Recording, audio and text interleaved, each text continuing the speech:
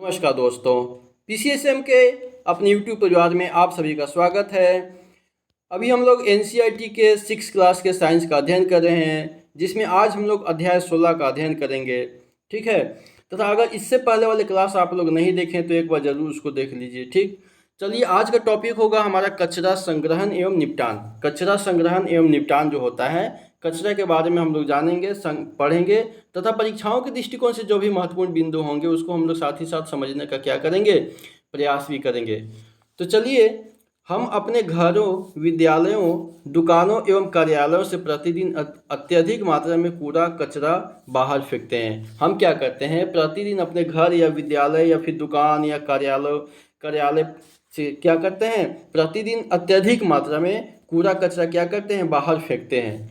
अनाज, दाल, बिस्किट, दूध अथवा तेल जिन्हें हम दुकानों से खरीदते हैं प्रायः प्लास्टिक की थैलियों अथवा टीनों में पैक होते हैं। जो भी हम दुकान से जो भी सामान खरीदते हैं वो कहाँ पे होते हैं, वो थैलियों अथवा टीनों के पैक होते हैं। ठीक है, टीन के डब्बे में पैक होते हैं। पैकिंग की ये सभी वस्तुएं कचरे में फेंक दी जाती है। हम तो सामान यूज कर लेते हैं, लेकिन जो वेस्ट मटेरियल बच जाते हैं, जो प्लास्टिक या थैली जो भी होता है उसको क्या करते हैं, हम लोग कचरे में फेंक देते हैं। कभी कभी क्या होता है कि हम कुछ ऐसी वस्तुएं भी खरीद लेते हैं जिनका वास्तव में बहुत कम उपयोग होता है। कभी कभी क्या करते हैं कि हम कुछ ऐसी भी वस्तुएं खरीद लेते हैं जिनका क्या होता है, हमारे दैनिक जीवन में बहुत उसका उपयोग कम होता है, न के मात्रा में होता है, और प्रायः हम उन्हें क्या करते हैं, कचरे में फेंक देते हैं। जो हम जिसका यूज नहीं करते उसको हम कचरे में फेंक देते हैं।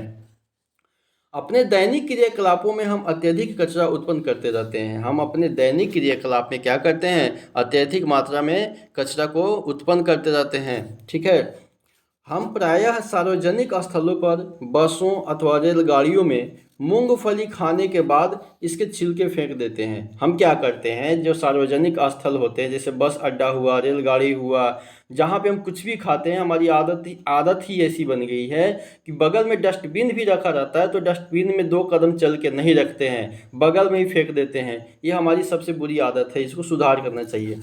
बस से उतरने के बाद हम टिकट को वहीं पर फेंक देते हैं। बस से उतरने के बाद क्या करते हैं, जो टिकट होता है उसको बोलते हैं अब तो चलो, अब तो हम अपने गंतव्य स्थान पे पहुंच गए, अब टिकट का कोई काम ही नहीं है, चलो यहीं फेंक देते हैं। ठीक है, कोई बच्चा क्या करता है कि केवल खेल के लिए ही पेंसिल छीलता जाता है। कोई बच्चा जो है केवल खेलने के लिए ही पेंसिल को क्या करता है, वो छीलते जाता है।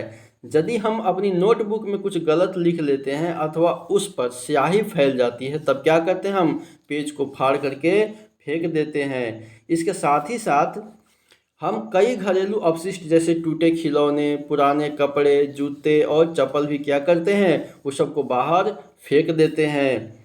यदि हमारे घरों एवं आसपास से यह कूड़ा न हटाया जाए तो क्या होगा। अब आप सोचिए कि यदि जितने भी वेस्ट मटेरियल है हमारे घर के आसपास लगा है, पड़ा हुआ है, अगर इस कूड़ा करकट को नहीं हटाया जाए तब क्या होगा।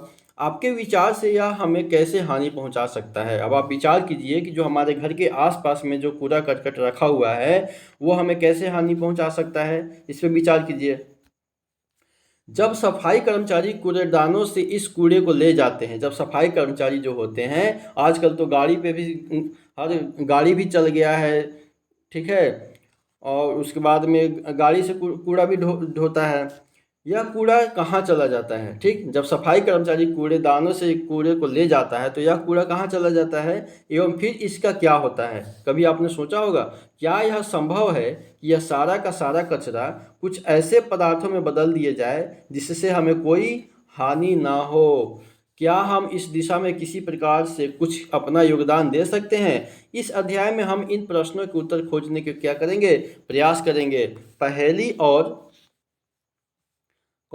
पहेली और बूझों के विद्यालयों के बच्चों ने कचरे का निपटान नामक एक परियोजना प्रारंभ किया था।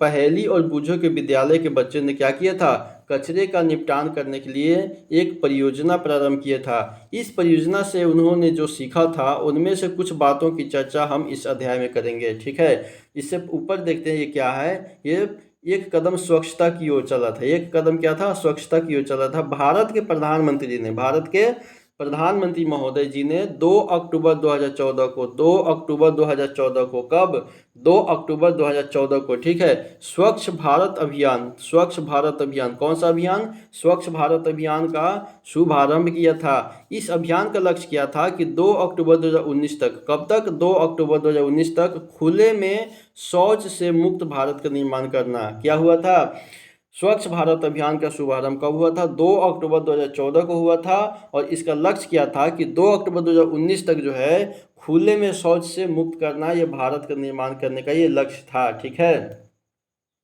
चलिए आगे देखते हैं हम लोग की कचरे का निपटान कैसे करते हैं, ठीक है। कचरे का निपटान कैसे किया जा सकता है। सफाई कर्मचारी जो होता है कूड़ा एकत्र करके ट्रकों द्वारा निचले खुले क्षेत्रों में जहां गड्ढे यानी गर्त होते हैं वहां पे ले जाते हैं और इन खुले क्षेत्रों को भराव क्षेत्र कहते हैं। इन खुले क्षेत्रों को क्या कहते हैं, भराव क्षेत्र कहते हैं, ठीक है। चित्र संख्या 16.1 में दिखाया गया है, 16.1 में यहाँ पे भराव क्षेत्र दिखाया गया है। कहने का मतलब है कि जो भी गड्ढा वाला है, जो खाल जहाँ पे गड्ढे वाले जगह है वहाँ पे उस कूड़ा करकट को क्या करते हैं, ले जा करके वहाँ पे डाल देते हैं, ठीक है। आपने अक्सर देखा होगा कि सड़कों के किनारे कुछ कूड़े को डाल दिया जाता है। वहाँ कचरे के उस भाग को जिसका पुनः उपयोग किया जा सकता है, उसी रूप में उपयोग न किए जा सकने वाले कचरे से क्या किया जाता है, उसको पृथक कर लिया जाता है। और इस प्रकार कचरे में उपयोगी और अनुपयोगी दोनों अवयव होते हैं। कचरे में क्या होते हैं, उपयोगी और अनुपयोगी दोनों प्रकार के क्या होते हैं, अवयव होते हैं। अनुपयोगी अवयव को पृथक कर लेते हैं और फिर इसे भराव क्षेत्र में क्या करते हैं, फैला करके मिट्टी की परत से ढक देते हैं। जब यह भराव क्षेत्र पूरी तरह से भर जाता है, जब यह भराव क्षेत्र पूरी तरह से क्या होता है, भर जाता है, तब प्रायः इस पर पार्क अथवा खेल का मैदान बना देते हैं। लगभग अगले 20 वर्षों तक इस पर कोई भवन निर्माण नहीं किया जाता है। लगभग 20 वर्षों तक क्या होता है, इस पर कोई भवन निर्माण नहीं किया जाता है। कचरे के उपयोगी अवयव के निपटान के लिए भराव क्षेत्र के पास कंपोस्ट बनाने वाले क्षेत्र क्या किए जाते हैं, विकसित किए जाते हैं। कंपोस्ट क्या होता है, अब आइए कंपोस्ट के बारे में यहाँ पे जानते हैं कि आइए अब इसे निम्नलिखित क्रियाकलाप द्वारा क्या करते हैं, हम लोग सीखने का प्रयास करते हैं, ठीक है। अगला क्रियाकलाप एक क्या कह रहा है कि अपने घर के कचरे को क्या कीजिए, अपने घर के कचरे को कूड़ेदान में फेंकने से पूर्व क्या कीजिए, किसी स्थान पर एकत्र कीजिए। फिर इसे 2 समूहों में इस प्रकार पृथक कीजिए कि उनमें से इस प्रकार की वस्तुओं हो। कैसी वस्तुएं हों, आइए समूह 1 में कैसा वस्तु है, तो रसोई घर का कचरा जैसे फल एवं सब्जी के छिलके, फल एवं सब्जी के छिलके, अंडे का खोल, बचा हुआ अपशिष्ट भोजन, चाय की पत्तियां, समाचार पत्र, सूखी पत्तियां एवं कागज की थैलियां भी इसी समूह में क्या कीजिए, सम्मिलित कर लीजिए, ठीक है, समूह 1 में। और समूह 2 क्या है, समूह 2 में कपड़े के टुकड़े कीजिए, कपड़े के टुकड़े, पॉलीथीन की थैलियाँ, टूटा हुआ कांच, एल्युमिनियम के रेपर्स, कीलें, पुराने जूते एवं टूटे हुए खिलौने, ठीक है, इस सबको अलग अलग समूह में बांटिए। अब क्या कीजिए कि अब प्रत्येक समूह के कचरे को 2 पृथक ढेरियों में बांटिए तथा इन्हें ए, बी, सी एवं डी से क्या कीजिए, नामांकित कीजिए। इनमें से प्रत्येक समूह की एक एक ढेरी को अब क्या कीजिए, इनमें से प्रत्येक समूह की एक एक ढेरी को अब प्लास्टिक की 2 पृथक थैली में भर करके इनके मुंह कस करके बांध दीजिए। यहाँ पे कचरे की ढेरियों को गड्ढे में भरा जा रहा है, ठीक है। क्या कीजिए, भर करके इनके मुंह कस करके बांध दीजिए, ठीक। मैदान में अब क्या कीजिए कि मैदान में 4 गड्ढे खोद करके प्लास्टिक की थैलियों को दूसरी ढेरियों से पृथक पृथक करके गड्ढे में क्या कीजिए, डालकर इन्हें मिट्टी से ढक दीजिए, जैसा कि चित्र संख्या 16.2 में यहाँ पे दिखाया गया है, ठीक है। आप क्या कीजिए, आप कचरे के इन ढेरों को दबाने के लिए 4 गमले भी ले सकते हैं, ठीक है, ऊपर से दबा देना चाहिए। 4 दिन के पश्चात क्या कीजिए, कचरे के ऊपर से मिट्टी हटा करके कचरे में हुए परिवर्तन को क्या कीजिए, अब देखिए कि कचरे में क्या परिवर्तन हुआ है। कचरे का काला हो जाना तथा उसमें से कोई दुर्गंध ना आना यह दर्शाता है कि कचरे का पूर्ण क्या हो गया है, विगलन हो गया है, पूरी तरह से गल गया है। इसे पुनः मिट्टी से ढक दीजिए, क्या कीजिए, इसे पुनः मिट्टी से ढक दीजिए। और इसी प्रकार 2-2 दिनों के अंतर पर इनका अवलोकन करके अपने प्रेक्षणों को सुझाए अनुसार क्या कीजिए, नोट कीजिए। अब क्या कीजिए कि क्या कचरा जो है, क्या कचरा पूर्णतः विगलित हो गया है, पूरी तरह से गल गया है एवं उससे दुर्गंध नहीं आती है, या फिर अगला देखिए कि आंशिक रूप से विगलित हो गया है, थोड़ा सा गला हुआ है, थोड़ा सा भी वैसे ही बचा हुआ है, या फिर अगला कि लगभग पूर्णतः विगलित हो गया है, लगभग जो है पूर्णतः विगलित हो गया है परंतु अभी भी दुर्गंध आ रही है, या फिर कोई परिवर्तन नहीं हुआ है। ठीक है, किस ढेर के क्या कह रहा है कि किस ढेरी के कचरे का विगलन हुआ और किसका नहीं हुआ है। अपने प्रेक्षणों के आधार पर सारणी 16.1 के कॉलमों में क्या कीजिए, अपने विकल्प 1, 2, 3, 4 को उसमें लिखिए। यहाँ पे 16.1 कचरे की ढेरियों में क्या परिवर्तन हुआ है, यहाँ पे कचरे की ढेरी को दिया हुआ है, कचरे का ढेरी ABCD। अब 4 दिन के बाद में क्या महसूस हुआ, 6 दिन के बाद में क्या महसूस हुआ, 2 सप्ताह के बाद क्या और 4 सप्ताह के बाद में क्या महसूस हुआ, इसको अपने नोटबुक में क्या कीजिए, लिखिए, भरिए। आगे देखिए कि यदि आपने कुछ और प्रेक्षण भी किए हो तो उन्हें भी अपनी नोटबुक में क्या कीजिए, लिखना ना भूलें। जो कचरा विगलित नहीं हो पाया है उसे जलाइए अथवा फेंकिए नहीं, उसे जलाइए अथवा फेंकिए नहीं। यदि कचरा पूर्णतः विगलित हो गया हो और उससे कोई दुर्गंध नहीं आ रही हो तो उसे उस मृदा में मिला दें जिसमें आप अपनी पसंद के पौधे क्या करते हैं, उगाते हैं। यह आपके पौधों को आवश्यक पोषक प्रदान करेगा। ठीक है, आपने इस क्रियाकलाप में यह परीक्षण किया होगा कि कचरे की कुछ चीज़ें जो है विगलित होती है जिनसे खाद बनती है, जिसका प्रयोग पौधों के लिए किया जाता है। कुछ पदार्थों के विगलित और खाद में परिवर्तित होने की प्रक्रिया को क्या कहते हैं, कंपोस्ट कहते हैं। ठीक है, कंपोस्ट किसे कहते हैं, क्या कहा है कि कुछ पदार्थों के विगलित और खाद में परिवर्तित होने की प्रक्रिया को कंपोस्ट करते हैं, कंपोस्टिंग करते हैं। कुछ पदार्थों के विगलित और खाद में परिवर्तित होने की प्रक्रिया को कंपोस्टिंग करते हैं। ठीक है, कुछ शहरों तथा नगरों में नगर पालिकाएं 2 प्रकार के कचरे को एकत्र करने के लिए क्या करते हैं, 2 पृथक कूड़ेदान प्रदान करते हैं। ठीक है, प्रायः एक का रंग नीला होता है तथा दूसरे का रंग क्या होता है, हरा होता है। नीले कूड़ेदान में पुनः उपयोग किए जा सकने वाले पदार्थ डाले जाते हैं जैसे कि प्लास्टिक, धातुएं तथा कांच। ठीक, क्या आपने यह ध्यान दिया है कि ये वही पदार्थ है जो कूड़े के ढेर में विगलित नहीं हुए थे। हरे कूड़ेदान रसोई तथा अन्य पादप अथवा जंतु अपशिष्टों को क्या एकत्र करने के लिए होते हैं।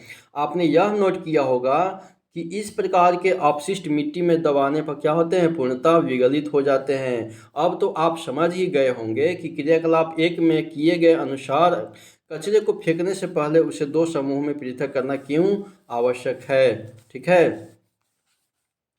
क्या आपने सड़कों के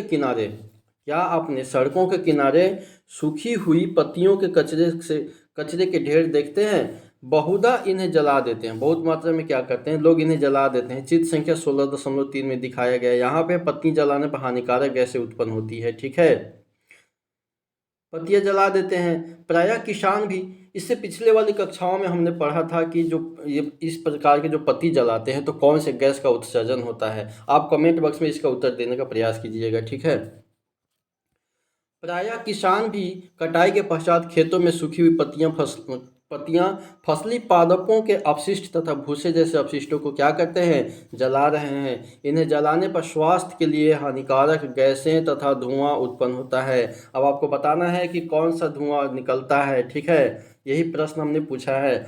हमें इस पद्धति को समाप्त करने का प्रयास करना चाहिए। इन अवशिष्टों को उपयोगी कंपोस्ट में क्या क्या करना चाहिए, परिवर्तित करना चाहिए। ठीक है, कचरे का निपटान परियोजना की अवधि में पहली एवं बुझो द्वारा नोट किए गए कुछ प्रेक्षण एवं विचार इस प्रकार है। ठीक है,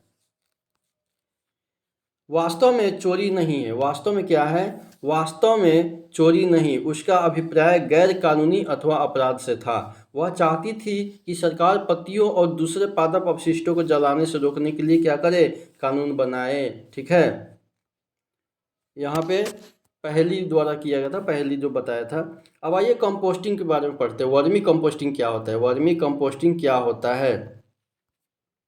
हम पौधों को कंपोस्ट देकर के उनके मित्र बन सकते हैं। हम पौधों के क्या देकर के, कंपोस्ट देकर के, कंपोस्ट खाद देकर के उनके मित्र बन सकते हैं।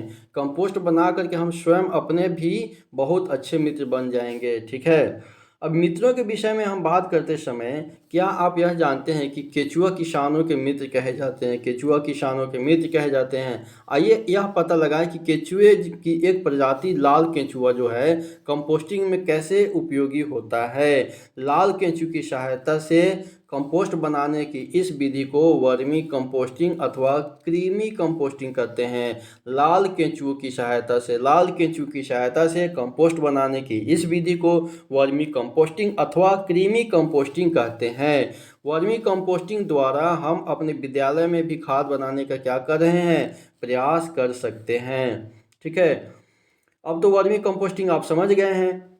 अब आगे चलिए क्रियाकलाप 2 देखते हैं कि मैदान में आइए और एक गड्ढा लगभग 30 सेंटीमीटर गहरा खोदें अथवा कोई लकड़ी का बॉक्स किसी ऐसे स्थान पर रखें जो ना तो बहुत गर्म हो और ना ही बहुत क्या हो, ठंडा हो। ऐसे स्थान के बारे में आपका क्या विचार है?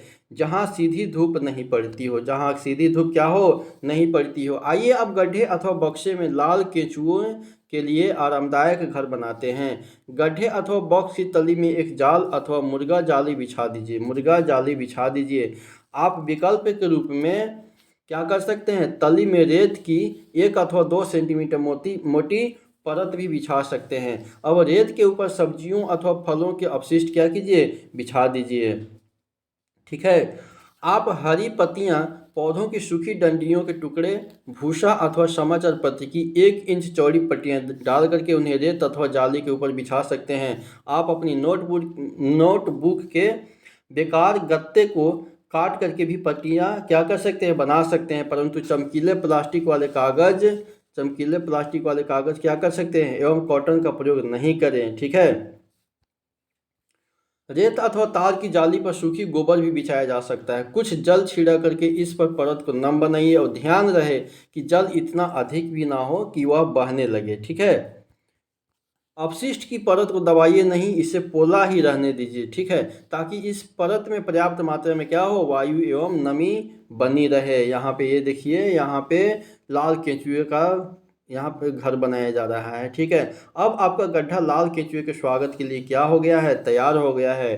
कुछ लाल केंचुए खरीद करके इन्हें अपने गड्ढे में रखिए, जैसा कि चित्र संख्या 16.4 में अभी देखे हैं। अब इन्हें जूट की बोरी, पुरानी चादर अथवा घास से हल्के से क्या कीजिए, ढक दीजिए। आपके लाल केंचुए को भोजन चाहिए। आप इन्हें फल तथा सब्जियों के अपशिष्ट, कॉफ़ी तथा चाय के छनने के बाद बची हुई पत्तियां तथा खेत एवं बगीचे के खरपतवार को क्या कर सकते हैं, दे सकते हैं। चित्र संख्या 16.5 में दिखाया गया था। यहाँ पे ये 16.5 में लाल केंचुए के लिए आहार दिया जा रहा है। ठीक है, इस गड्ढे में अब क्या कीजिए कि इस गड्ढे में इस भोजन को लगभग 2-3 सेंटीमीटर गहराई में दबा कर रखना अच्छा हो सकता है। नमक, अचार, तेल, सिरका, मांस एवं दूध से निर्मित अपशिष्ट पदार्थ भोजन के रूप में लाल केंचुओं को ना दें। इन वस्तुओं को गड्ढे में डालने से उसमें रोगकारक जीव उत्पन्न होने लगते हैं। कुछ दिनों के अंतराल में गड्ढे के पदार्थों को धीरे धीरे मिलाते रहे।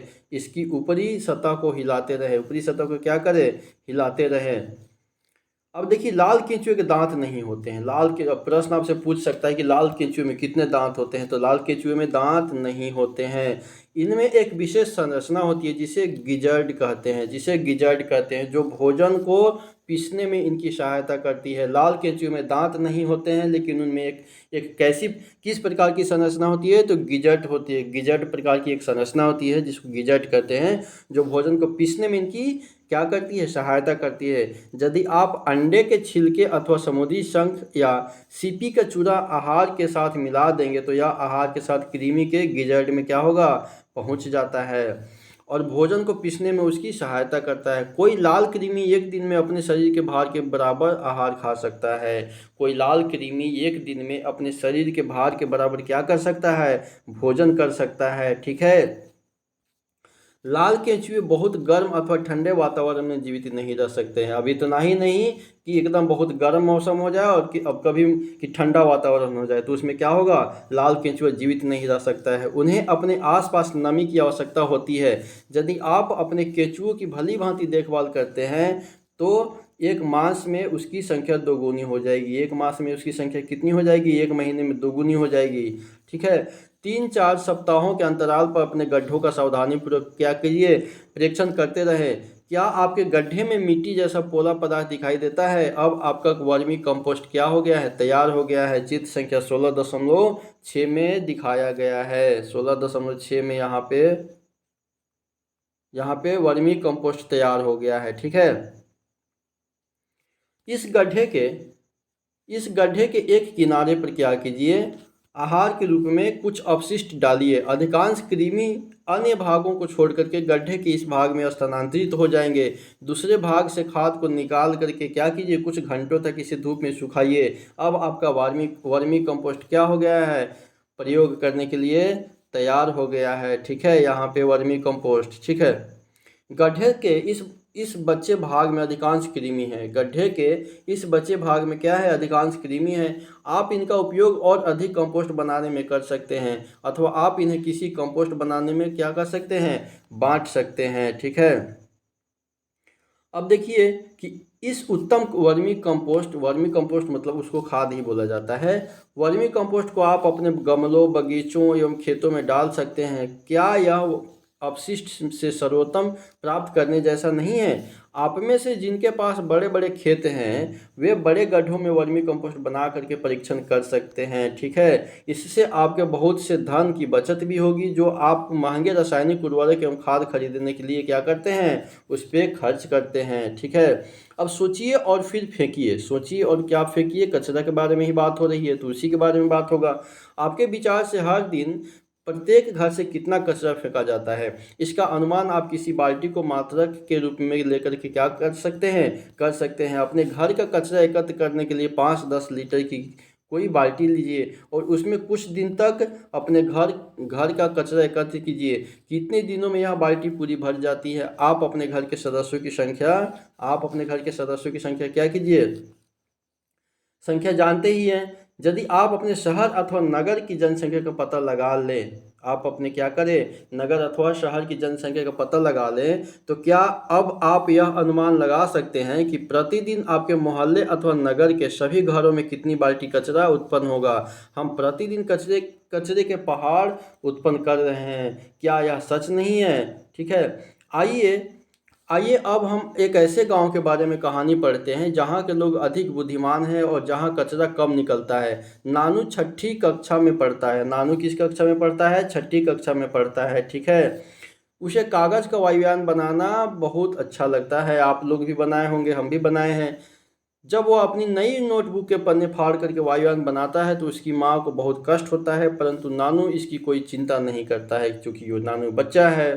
ठीक है। एक बार नानू अपनी माँ के साथ अपनी मौसी के घर गया। वहाँ वह अपने मौसेरे भाई श्याम द्वारा बनाई गई विभिन्न चीज़ों को देख करके आश्चर्यचकित हो गया। उसने पुराने चार्टों से फाइलें बनाई हुई थी। उसमें क्या थी? उसने पुराने चार्ट से फाइलें बनाई हुई थी। पेंसिल के छिलने से बधाई कार्डों पर फूल, पुराने कपड़े पर चटाई, पॉलीथीन की थैलियों से टोकरी आदि की देख करके नानू आश्चर्यचकित रह गया। श्याम ने तो विवाह के निमंत्रण पत्रों से एक डायरी भी बना रखी थी। ठीक है। एक दिन प्रातः नानू अपनी नानी को ढूंढता हुआ पहुंचा तो उसने देखा कि उसकी नानी एक टोकरी के क्या कर रही है, एक टोकरी के ऊपर एक गाढ़ी लुगदी का लेप कर रही थी। ठीक है। नानू ने पूछा कि नानी आप क्या कर रही है, यह लेप क्या है? तो यह कागज़ की लुगदी है। इस लेप को मैंने चिकनी मिट्टी एवं कागज़ से तैयार किया है तथा इसमें मैंने कुछ धान की भूसी भी मिलाई है। गांव से अगर आप बिलोंग करते हैं तो आपको पता होगा। नानी ने उत्तर दिया, परंतु इससे आप टोकरी पर क्यों लगा रही हो? नानू ने पूछा। ठीक, चूंकि वो तो बच्चा था और बच्चा कितना नटखट होता है, कितने सवाल उत्पन्न होते हैं तो आपको पता ही है। नानी ने उत्तर दिया कि इसे पक्की और टिकाऊ बनाने के लिए। ठीक है। क्या तुम इससे मुझे सीखना चाहोगे? क्या तुम इसे मुझसे सीखना चाहोगे? नानी ने बताया। नानू को इसमें कोई रुचि नहीं थी। जो बालक था और वह खेलने के लिए बाहर भाग गया। वह तो केवल कागज़ फाड़ फाड़ कर वायुयान बनाने में रुचि रखता था। भाई उसको क्या ज़रूरत थी? ठीक है। वास्तव में उसने श्याम की फाइलों से भी कागज़ फाड़ने शुरू कर दिए। ठीक। श्याम ने नानू द्वारा वायुयान बनाने में उपयोग हुए सभी कागज़ों को एकत्र कर लिया था और वह सोच रहा था कि नानू के साथ क्या व्यवहार किया जाए। वह किसी किसी की भी कोई बात सुनता नहीं था। कुछ दिनों बाद नानू का जन्मदिन आने वाला था। श्याम ने नानू के मित्रों को निमंत्रण देने की योजना भी बनाई। नानू ने अपनी मिट्टी की गुल्लक से कुछ पैसे निकाले और बाजार गया। उसने अपने मित्रों के लिए कागज़ के कुछ हैट खरीदे, टोपी खरीदे। उसने दुकानदार से इन्हें एक पॉलीथीन की थैली में रखने को कहा, परंतु दुकानदार ने उसे पॉलीथीन की थैली ना दे करके कागज़ की थैली दी। नानू ने बहुत सी चीज़ें जैसे टॉफ़ियाँ और बिस्कुट भी खरीदे थे। उसे इन सभी चीज़ों को लेकर के चलना मुश्किल लगने लगा, परंतु कोई भी दुकानदार उसे पॉलीथीन की थैली देने को तैयार नहीं था। घर से चलते समय श्याम ने उसे कपड़े का थैला ले जाने को कहा था। अब उसे उसकी बात ना मानने का दुख हुआ। किसी प्रकार वह अपनी सभी वस्तुओं को साथ लेकर के क्या किया, घर पहुंचा। नानू के मित्रों ने जन्मदिन पर दावत खाई और बहुत से खेल खेल करके पार्टी का भरपूर क्या किया, आनंद लिया। ठीक है। अब यहाँ पे देखिए, उसके सभी मित्रों ने नानू द्वारा खरीदे गए चमकीले कागज़ के हैट पहने। ठीक है, चमकीले कागज़ के क्या पहने, हैट पहने। श्याम ने नानू के मित्रों के लिए कागज़ की लुगदी से सुंदर मुखौटे भी बनाए थे। उसने नानू के लिए भी एक विशेष उपहार बनाया था, एक फोटो फ्रेम तथा बधाई का सुंदर कार्ड। यह सब उसने नानू द्वारा फेंके गए कागज़ों की लुगदी से बनाए थे। यह नानू के लिए एक नया ही अनुभव था। उसके सभी मित्र अपने मुखौटे के साथ साथ अपने घर चले गए। नानू बहुत उत्तेजित था और वह अपना भोजन शीघ्र समाप्त करके अपना उपहार देखना चाहता था। विद्यालय की छुट्टियां समाप्त होने के पश्चात नानू घर वापस गया था। ठीक है। उसका शहर जो था श्याम के गांव से कितना अलग है। वह गांव स्वच्छ एवं साफ सुथरा था, इसलिए वहां कचरा बीनने वाले भी नहीं होते थे। परंतु अब उसने कचरा बीनने वाले बच्चों को घर के आसपास कचरा बीनते हुए देख करके नाक भौं चढ़ाना छोड़ दिया था। अपने आपने भी अपने घर के आसपास एवं दूसरे स्थानों पर कुछ बच्चों को कचरा बीनते देखा होगा। इन बच्चों को कार्य करते देखिए और पता लगाइए कि वे कचरे से उपयोगी पदार्थ कैसे पृथक करते हैं। वे वास्तव में हमारी सहायता ही कर रहे हैं। ठीक है। कचरा बीनने वाले किसी बच्चे से बात करके यह पता लगाइए कि वे एकत्र किए गए इन इस कचरे का क्या करते हैं, वे इन्हें कहाँ ले जाते हैं। क्या वह अथवा उसकी मित्र विद्यालय जाता या जाती है। यदि नहीं तो इसका कारण जानने का प्रयास भी कीजिए। ठीक है। क्या आप इस बच्चे को पढ़ने और लिखने में सहायता कर सकते हैं। क्या आपने कभी अपने घर पर पुराने समाचार पत्रों, कांच तथा धातु की वस्तुएं, प्लास्टिक की थैली, पुरानी नोटबुकों को किसी कबाड़ी को बेचने में घर वालों की सहायता की है। उससे बात करके पता लगाइए कि वह इस सब कबाड़ का क्या करता है। क्या श्याम की भांति आप भी व्यर्थ कागज़ों से नए कागज़ बनाना चाहोगे। आइए इसे बनाना सीखते हैं। ठीक है। अब कागज़ का पुनः चक्रण कैसे होता है इसके बारे में हम लोग प्रयास करते हैं सीखने का। इसके लिए आपको पुराने समाचार पत्र, पुराने लिफाफे, मैगजीन, पुरानी नोटबुक, पत्र एवं अन्य बेकार कागज़ों की आवश्यकता होगी। चमकदार एवं प्लास्टिक लेपित कागज़ का उपयोग मत कीजिए। ठीक है। इसके अतिरिक्त आपको तार की जाली फ्रेम भी चाहिए। फ्रेम के स्थान पर आप बड़ी आकार की छलनी भी ले सकते हैं। कागज़ों को छोटे छोटे टुकड़ों में क्या कीजिए, कागज़ों को छोटे छोटे टुकड़ों में फाड़िए और इन्हें एक बाल्टी अथवा टब में रख करके जल डालिए। कागज़ के टुकड़ों को जल में एक दिन के लिए डुबा रहने दीजिए। अब इसे भीगे कागज़ को काट करके गाढ़ी लुगदी बनाइए। ठीक है। अब फ्रेम पर जड़ी जाली पर गीली लुगदी को फैलाइए। लुगदी की परत को यथासंभव एक समान बनाने के लिए फ्रेम को धीरे धीरे से ठोकिए। जल के बहकर निकल जाने तक क्या कीजिए, प्रतीक्षा कीजिए। यदि आवश्यक हो तो फ्रेम पर पुराना कपड़ा अथवा समाचार पत्र फैला दीजिए, जिससे लुगदी का अधिक से अधिक क्या हो, लुगदी से अधिक जल सोख लिया जाए। ठीक है।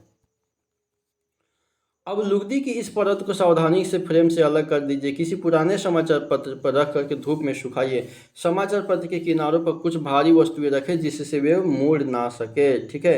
रंगीन कागज प्राप्त करने के लिए लुगदी को फैलाने से पूर्व आप इसमें खाने वाले रंग मिला सकते हैं। इसके अतिरिक्त फ्रेम पर लुगदी फैलाने से पूर्व आप इसमें सूखी पत्तियां, फूलों की पंखुड़ियों तथा रंगीन कागज के टुकड़े भी क्या कर सकते हैं, मिला सकते हैं। ऐसा करके आप सुंदर पैटर्न वाला पुनः चक्रण का आकर्षण कागज प्राप्त कर सकते हैं। ठीक है।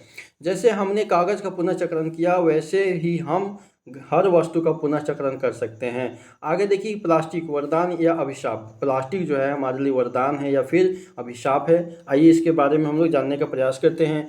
कुछ प्रकार के प्लास्टिकों का पुनः चक्रण किया जा सकता है। पुनः चक्रण का मतलब क्या हुआ कि रीयूजेबल, ठीक है, दोबारा यूज कर सकते हैं उसका। परंतु सभी प्रकार के प्लास्टिकों का पुनः चक्रण नहीं किया जा सकता। क्या आपने क्रियाकलाप 1 में यह नोट किया था कि पॉलीथीन के थैलियों एवं कुछ प्लास्टिक विगलित नहीं होते थे? अब आप सरलता से समझ सकते हैं कि पॉलीथीन की थैलियों का निपटान एक बड़ी समस्या क्यों है। हमें प्लास्टिक के बिना अपने जीवन की कल्पना करना कठिन हो सकता है। क्या आप प्लास्टिक से बनी कुछ ऐसी वस्तुओं के नामों की सूची बता सकते हैं जिन्हें हम उपयोग करते हैं? खिलौने, जूते, थैले, पेन, कंघे, दांत के ब्रश, बाल्टी, बोतल एवं जल पाइप। इन वस्तुओं की सूची बहुत लंबी है। क्या आप प्लास्टिक से बने बस, कार, रेडियो, टेलीविज़न, रेफ्रिजरेटर और स्कूटर के कुछ भागों के नाम बता सकते हैं?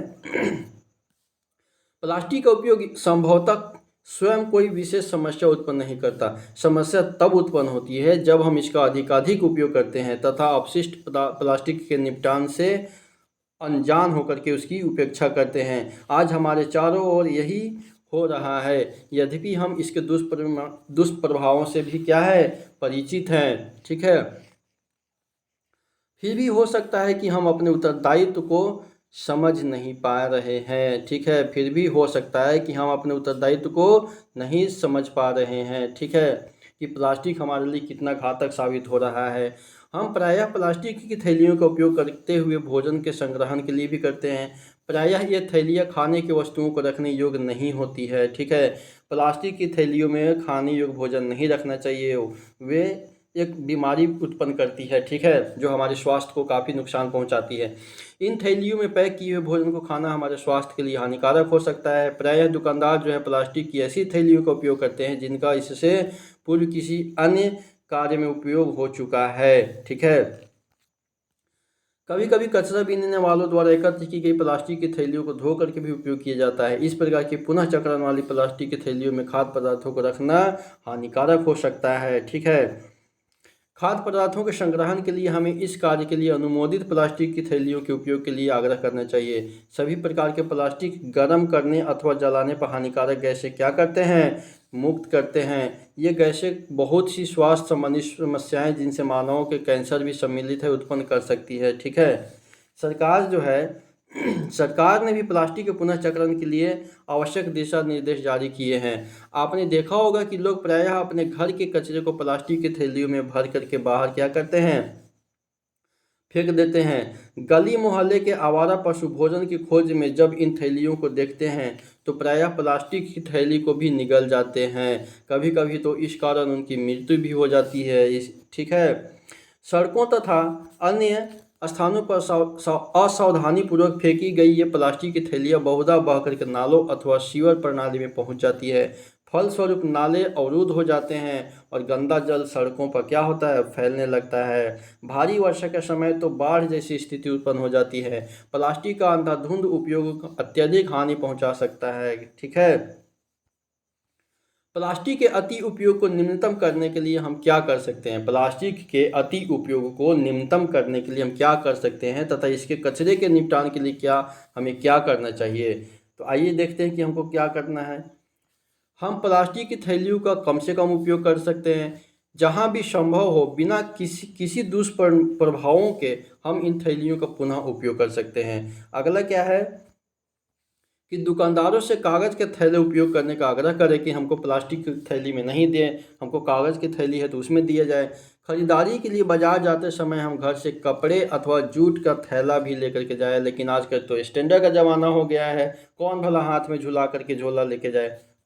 हाँ, हम खाद्य पदार्थों के संग्रहण के लिए प्लास्टिक के थैलियों का उपयोग नहीं करें। ठीक है, इस तरह से अवॉइड भी कर सकते हैं। अगला है कि हम उपयोग के पश्चात प्लास्टिक की थैलियों को इधर उधर क्या करें, नहीं फेंके, इधर उधर नहीं फेंके। आगे है कि हम प्लास्टिक की थैलियों और अन्य प्लास्टिक की वस्तुओं को कभी भी ना जलाएं। हम कचरे को प्लास्टिक की थैलियों में ना भरें और बाहर ना फेंकें। ठीक है, इस तरह से अवॉइड कर सकते हैं, हम लोग बच सकते हैं। हम वर्मी कंपोस्टिंग का उपयोग करके रसोई के अपशिष्ट का विवेकपूर्वक क्या कर सकते हैं, निपटान कर सकते हैं। हम कागज़ पुनः चक्रित कर सकते हैं। हम कागज़ के दोनों ओर लिखें, रफ कार्य के लिए स्लेट का प्रयोग करें। अभ्यास पुस्तिका में बिना लिखे छूटे कागज़ों को रफ कार्य के लिए क्या करें, उपयोग कर सकते हैं।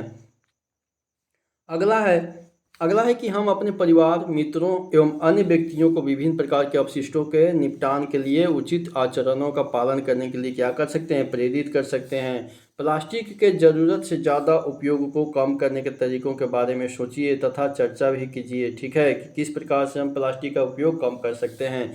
हमारे जानने और सोचने योग्य सबसे महत्वपूर्ण बात यह है कि हम जितना अधिक कचरा पैदा करेंगे उससे छुटकारा पाने में हमें उतनी ही अधिक क्या होगी, कठिनाई होगी। आजकल प्लास्टिक जो है मानव जीवन के लिए एकदम खतरा बन गया हुआ है। ठीक है, तो चलिए आशा करते हैं कि इस क्लास से आप लोगों को कुछ ना कुछ सीखने को मिला होगा और इस क्लास से जो भी सीखे हैं उसको अपने जीवन में इम्प्लीमेंट कीजिएगा, उसको यूज कीजिएगा। ठीक है, चलिए वीडियो देखने के लिए आप सभी का बहुत बहुत धन्यवाद।